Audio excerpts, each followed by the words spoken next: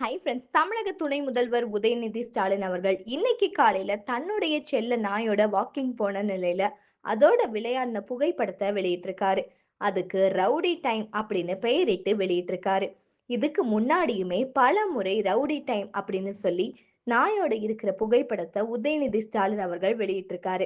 அப்போ டிஎம்கே தரப்பினரே உதயநிதி ஸ்டாலின் அவர்களுடைய செயலுக்கு கடுமையான எதிர்ப்பு தெரிவிச்சு பதிவிட்டாங்க.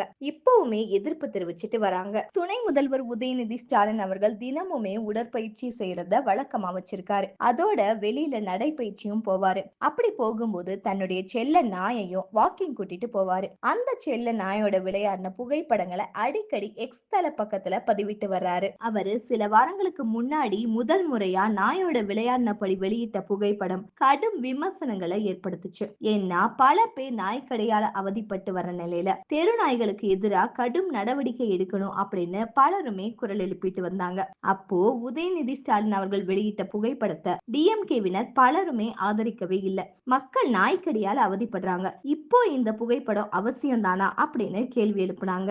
அடுத்ததா ஒரு முறை ரிப்பன் கட்டினபடி உதயநிதி ஸ்டாலின் அவர்கள் ஒரு முறை ரவுடி டைம் புகைப்படத்தை வெளியிட்டாரு. அதுல ரிப்பன் கலரை வச்சு ஏடிஎம்கேவினர் தாவேகாவினர் கடுமையா விமர்சனம் பண்ணியிருந்தாங்க. இதுக்கடுத்து இது மாதிரியான புகைப்படங்களை வெளியிட வேணாம் அப்படின்னு டிஎம்கேவினர் இணையதளங்கள்ல கோரிக்கையும் வச்சாங்க. ஆனா அடுத்தடுத்து ஒவ்வொரு வாரமுமே உதயநிதி ஸ்டாலின் அவர்கள் ரவுடி டைம் புகைப்படம் அப்படின்னு வெளியிட்டு வர்றாரு. ஆனா ரிப்பன் கலர் மட்டும்தான் மாறி இருந்துச்சு. இத டிஎம்கே ஆதரவாளர்களை கடுமையா விமர்சிச்சிட்டு இருக்காங்க.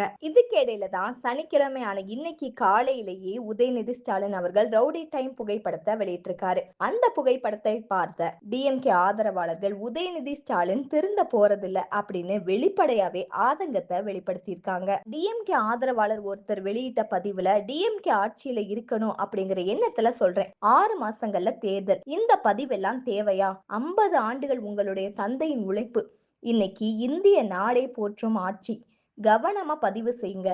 எதையுமே அரசியல்ல நம்மளுடைய பதிவுகள் எல்லாமே கூர்மையான இருமுனை கத்திகள் தான் அப்படின்னு சொல்லியிருக்காரு. இன்னொரு நெட்டிசன் யாரோ உள்ளடி வேலை பார்த்துட்டு இருக்கிறதா தோணுது அப்படின்னு விமர்சனம் பண்ணியிருக்காரு. இன்னொரு நெட்டிசன் இதெல்லாம் நமக்கு தேவையா கோபி அப்படின்னு கேட்க தோணுது மாண்புமிகு துணை முதலமைச்சர் அவர்களே அப்படின்னு சொல்லியிருக்காரு. இன்னும் பலர் கடுமையா விமர்சனம் பண்ணபடி இருக்காங்க. இந்த மாதிரியான லேட்டஸ்ட் அரசியல் அப்டேட்ஸ்லாம் உடனுக்குடனே தெரிஞ்சுக்கணும்னா மறக்காம நம்ம சேனல் ட்ரெண்டிங் டார்கெட்க்கு சப்ஸ்கிரைப் பண்ணி ஷேர் பண்ணுங்க. பாய். தேங்க்யூ.